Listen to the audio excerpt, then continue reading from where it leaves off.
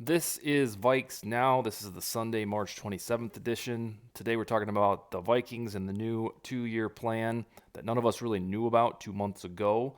But here we are. I'll set this up. This will sound repetitive to those that have watched the previous 3 episodes. So when the team tumbled into mediocrity in 2020 and 2021, Mike Zimmer and Rick Spielman were terminated as a result of that mediocrity. And the Spielman news was surprising, especially to me, because I thought that he would survive. Alas, he did not, and Kwesi Adolfo-Mensah was hired. So there was a glimpse of a period of weeks where we were all uncertain what the next steps of the team was going to be, because it was indeed a perfect time to finally conduct a Vikings rebuild. This franchise does not rebuild. They always, when I started watching them in the 90s, they'd always find the next veteran quarterback to squeeze the prime out of them, hope for the best, and they seemingly did that every year and a half. The guy would get benched, somebody else would come in, Jeff George, Randall Cunningham. It would actually be very fun for a period of time. So they didn't necessarily do that. However, Kwesi Adolfo-Mensah this past week talked about how good franchises do both at the same time. They rebuild and they stay relevant, which is true. We get enamored with the idea that a rebuild is synonymous with a pristine upheaval to relevance and stardom. And indeed, that can happen. I think arguably the 76ers in basketball did it, and the Bengals kind of sort of did it recently. But on the whole, I don't see the documented track records of rebuilds working. As a matter of fact, the idea of them is sizzling for fans, especially for the ones that want to start anew for a product that has indeed grown mediocre.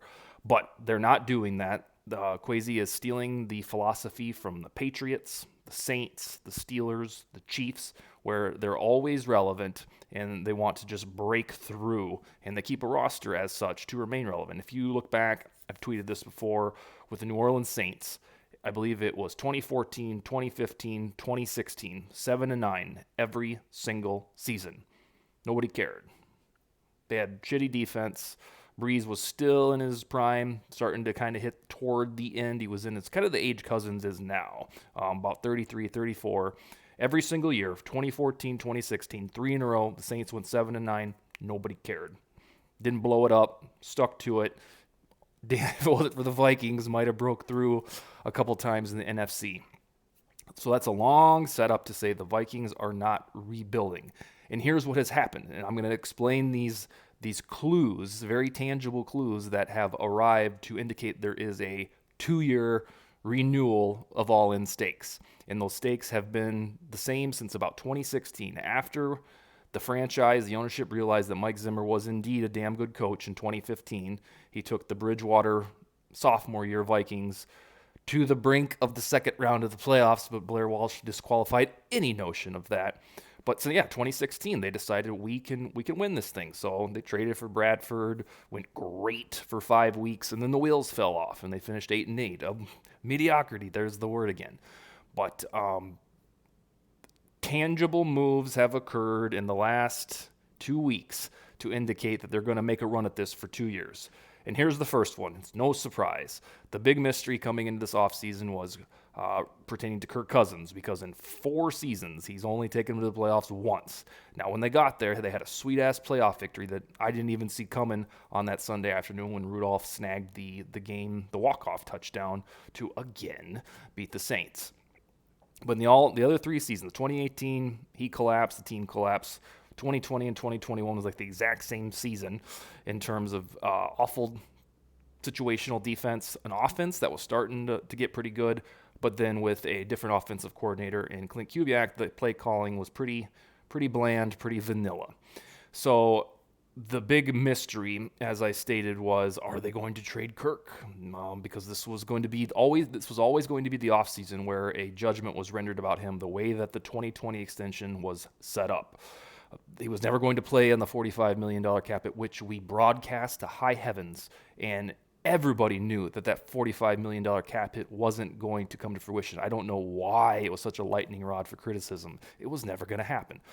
Alas, they did not trade him. They probably could have struck while the iron was hot when these dudes are going right and left, and Watson gets a king's ransom, and Wentz went back to Washington. They could have traded Cousins to, at that point, looking like Cleveland, Pittsburgh, and maybe even now Seattle if he didn't have a no-trade clause. But when they recommitted to Cousins for 2 years, there's the first example. They're giving Kevin O'Connell a shot at this to not embark on guaranteed futility. I think Cousins and O'Connell are indeed buddies, so they're going to get to play together, hopefully with an offensive line that's actually good for pass protection for once. But the screaming clue out of the gate was the Kirk Cousins extension. That is a recommitment to try to break through, just like O'Connell and the Rams and McVay did to the Super Bowl in 1 year. They traded for Stafford in late January 2021. They won a Super Bowl 13 months later, 12 and a half months later. So that's the utopian vision to put all of our Super Bowl trophy jokes to rest, is that O'Connell does exactly what he did with Stafford, with Cousins in 2022. So now we know Cousins is back for 2 years. That alone renews the window. Lo and behold, right after that got resolved, all of the chatter was about, what about Danielle Hunter? Because his extension last year was kind of a prove-it patch over to get us to right now, or last week or so, to figure out, are they going to trade Danielle Hunter? The same fodder was out there. Get rid of Cousins, get rid of Danielle. Nope. They're recommitting to two of their best players, and Danielle, when he's healthy, probably is the best Vikings player on defense. Justin Jefferson would have something to say about on offense. But after all of these were the options for Hunter. You could trade him, you could extend him, or there was some lunatic on Twitter that said that they would probably release him. That wasn't a Vikings fan. I think he covered the Cardinals. Said that he foresaw that the Vikings were going to release Hunter. It was like, that's not how this works, homie. So they did what the Vikings did on that fateful Saturday afternoon, 8 days ago? Well, they did nothing. They're going to let Hunter's contract play out, or they kind of quasi clarified, they're going to work towards reaching a long-term contract. But that contract, surprise, surprise, I should have a billboard behind me that says 2 years. It expires in 2 years. So that's perfectly coupled with Cousins.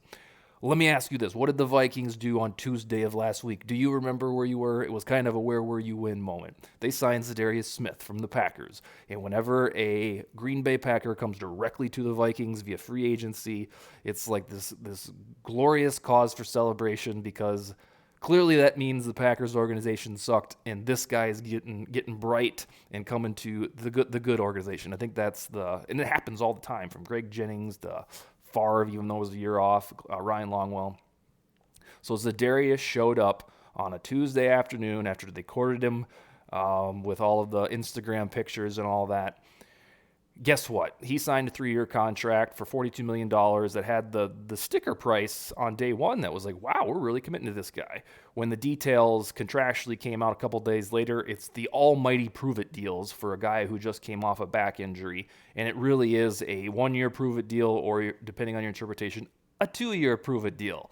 So that depending on how he terrorizes quarterbacks along with the aforementioned Hunter, that's also right in that grouping of 2 years. This little booster upper that O'Connell's getting, from Cousins to Hunter to Zadarius. Now he has these pieces as a brand new head coach, not waltzing into a situation where he's going to go 4-13 because the team is rebuilding. He has a chance to win it. So, number one, Cousins. If you remember nothing else from this little YouTube show tonight, it's that when Cousins was extended, the stakes were renewed for 2 years. And then, wild coincidence, Hunter's coming back for at least 2 years. Perhaps they'll get something longer this summer. The 3 years Zadarius Smith deal is really just 1 or 2 years, and if he plays well, he gets a bunch of money accordingly. If he doesn't, the guaranteed money is really skimpy. So that must be it. It is not it. There are 3 other unsung things that haven't been widely reported that also coincide with this 2-year window. The first is the running back. It's Dalvin Cook. Dalvin Cook is 26 years old. I believe he's going to be 27 this season. And this, regrettably, maybe not this season, but soon, based on histrionics, this is when running backs slow down. So Hunter is committed to the team. I can't remember when the contractual end date is. He signed the extension, I believe, early September 2020. Yeah, early September 2020. So Cook is going to play out his prime with the Vikings. I think that if they were going to trade him, they would have done it by now in this faux rebuild that never happened. But you have a very dynamic running back based on the way these guys get injured, probably top 3 in his peak form. Derrick Henry, Christian McCaffrey, Dalvin, Zeke has fallen off.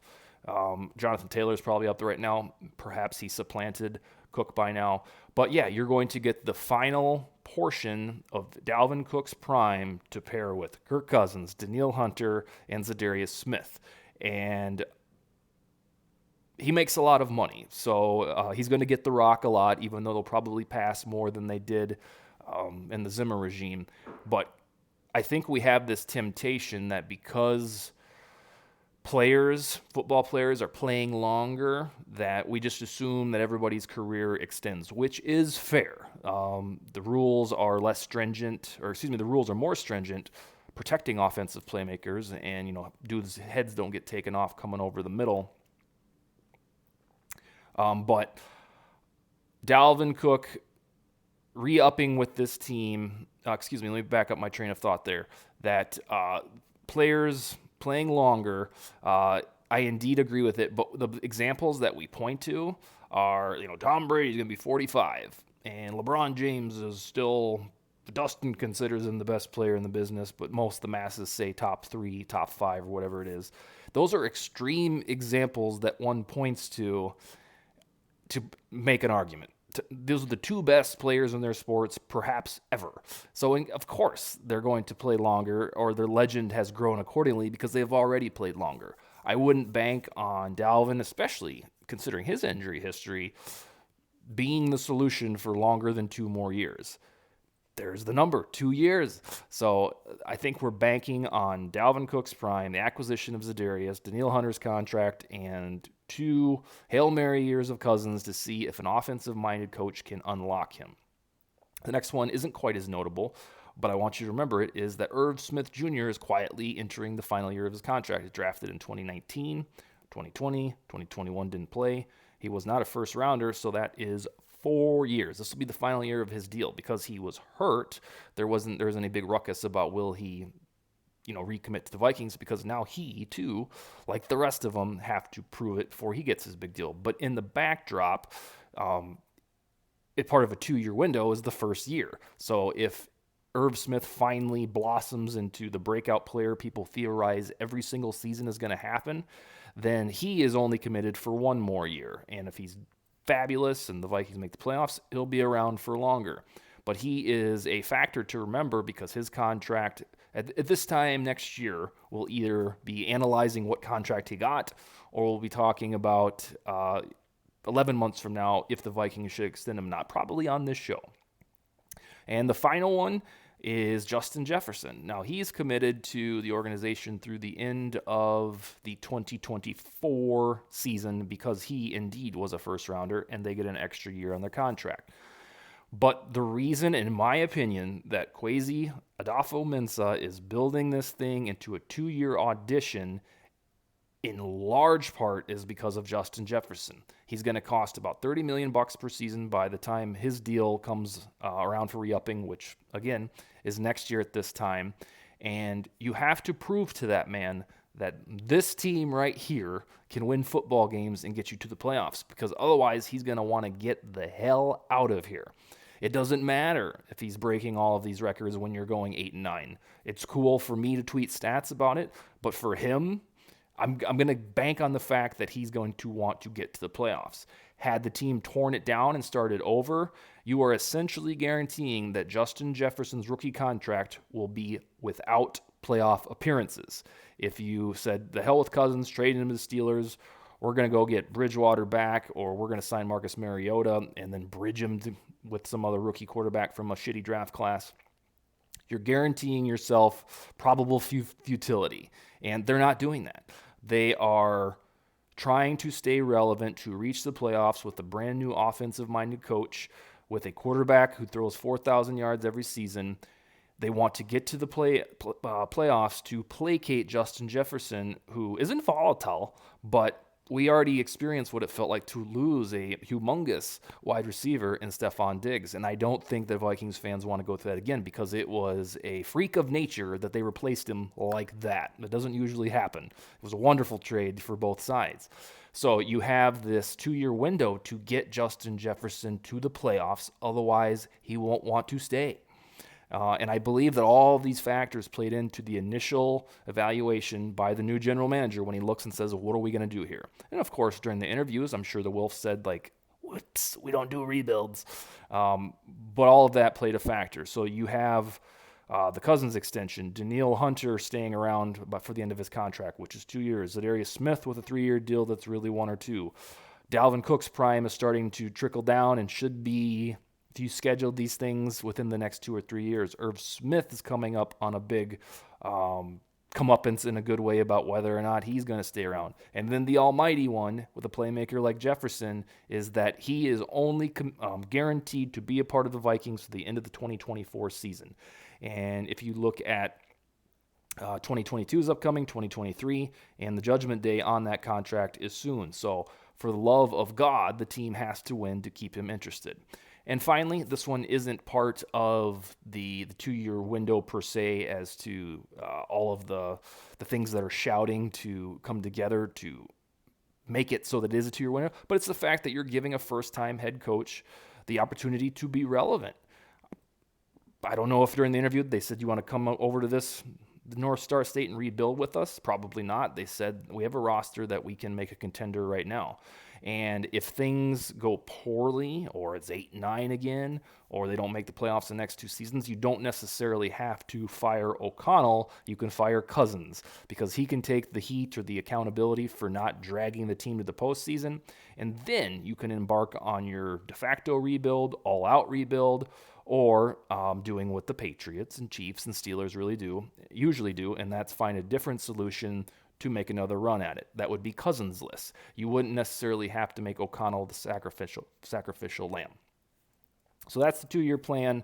My final thing today is I need your help. So all this setup right here, looking to the sides of me, is what I've learned on the application called OBS. But I need to get better with adding like video of, like, let's say I want to go show a clip or I want to add some introduction music. And I can Google it, and that's fine. But if I learn better when somebody walks me through it. If any of you are video people that know how to operate video better than me, message me on Twitter or email me at dustinbakernfl@gmail.com and give me some pointers. I'd like your help because I would like to make this show feel, the cream of the crop, make it feel professional. And if you have any cool tips about sound or being able to play videos, or I want to have guests, I got to figure out the best interface to have me here and somebody right over there. Haven't figured that out yet. So that's why you got me for the last 4 days. But yeah, if you have any tips, holler at me. I'll be back tomorrow. I'm not sure what the topic will be. Skol, baby.